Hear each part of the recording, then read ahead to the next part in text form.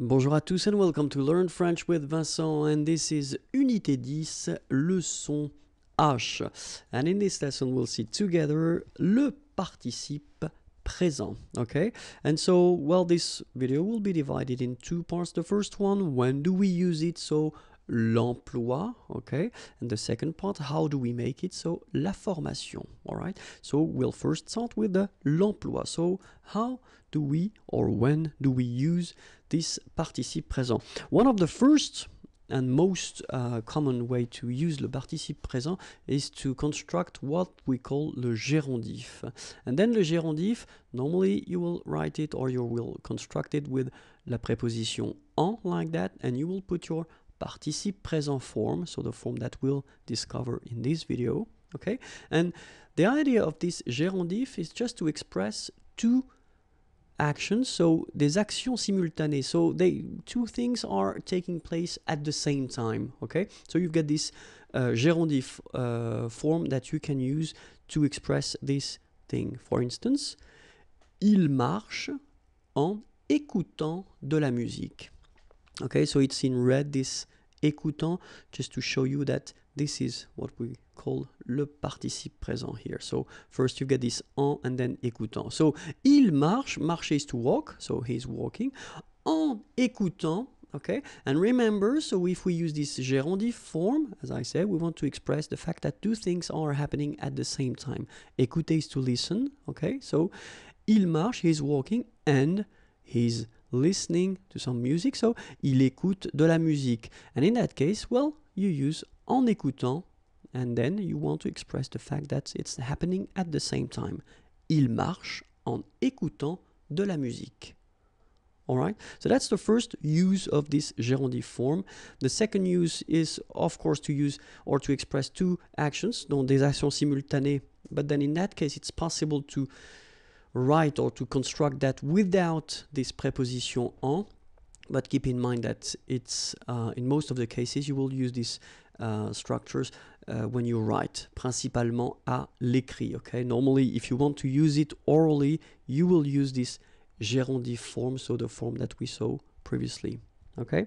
But then it's possible to use it like that, so think about that, and it's mostly if you want to write it. So, regardant le frigo, okay, regarder is to watch or to look, frigo, the fridge. Elle se dit qu'elle doit aller acheter à manger. Okay, so she tells herself, if you want, that she must go and buy some food. Donc, regardant le frigo, elle se dit qu'elle doit aller acheter à manger. Okay, so in that case, when you put this participe présent here, well, clearly it's because you want to say that this first thing here and the second thing here, well, they are happening at the same time. Okay, but keep in mind that this structure is when you write. If you want to use it orally, then in that case you should use this preposition en first and then use this form that we call gérondif that we saw a few minutes before. Okay.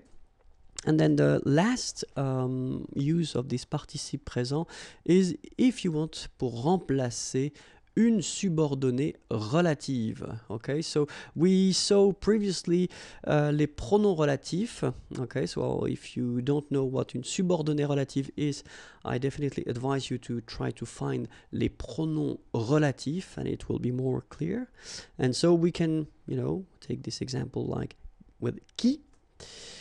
Les personnes qui parlent, all right, so in that case, les personnes qui parlent, so the persons who are talking, speaking, okay, so in the first one, well, you've got this pronom relatif, qui, and then you've got the verb, okay, but it's possible to replace this qui parle with le participe présent, so you will get les personnes parlant. All right, so it's the last use that we've got of this participe présent, and it's quite common. It's not really rare. I mean, we tend to use it quite normally, as well, when you write or when you talk. Okay, so it's quite useful to know how to, well, make it and then when to use it. Okay, and so that's what we'll discover in the second part. So how do we make this participe présent form? It is quite easy, especially at this level now, because you will have to, well, first know the new form of the verb at the present time, so at the present tense, sorry. Nous parlons, okay? And then if you remember, this ONS ending is usually the ending for nous, so first you need to spot it, then you will take it away. So we keep this P-A-R-L part, and at the end we will add A-N-T. All right, so we get here this participe présent form. Okay, so remember, nous form at the present tense, and then you spot the ending ONS, you take it away, you get parle like that, and then you just add this ANT at the end, and you will get this participe présent. Okay, so I took, just to start, this parler. Parler is to speak or to talk, and it's the first group, so it's actually quite easy to make. Let's see now.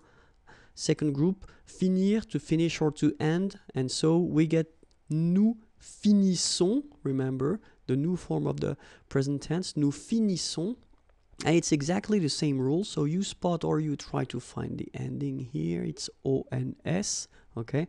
We'll do exactly the same thing, so we'll take it away, and we get finisse, like that, F-I-N-I-S-S, all right? And we just follow the same rule, so we just add at the end A-N-T, like that here, and we get finissant, okay? And this form is the participe présent.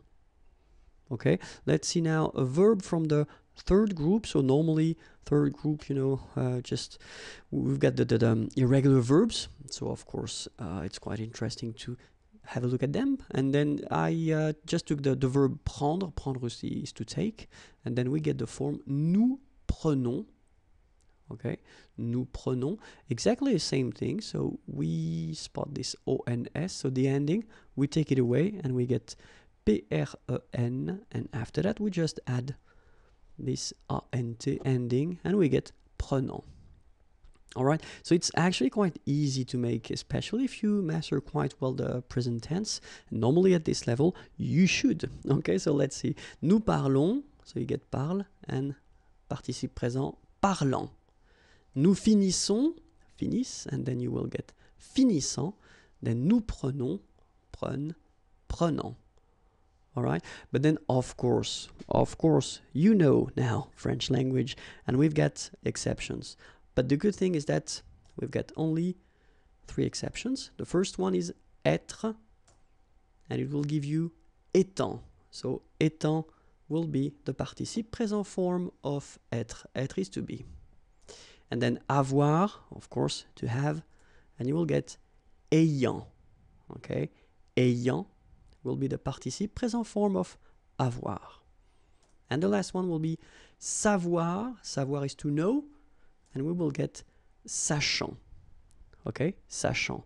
So étant for être, ayant for avoir, and then sachant for savoir.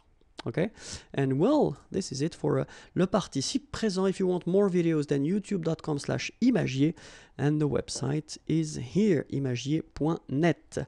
Have a great day. Bye bye.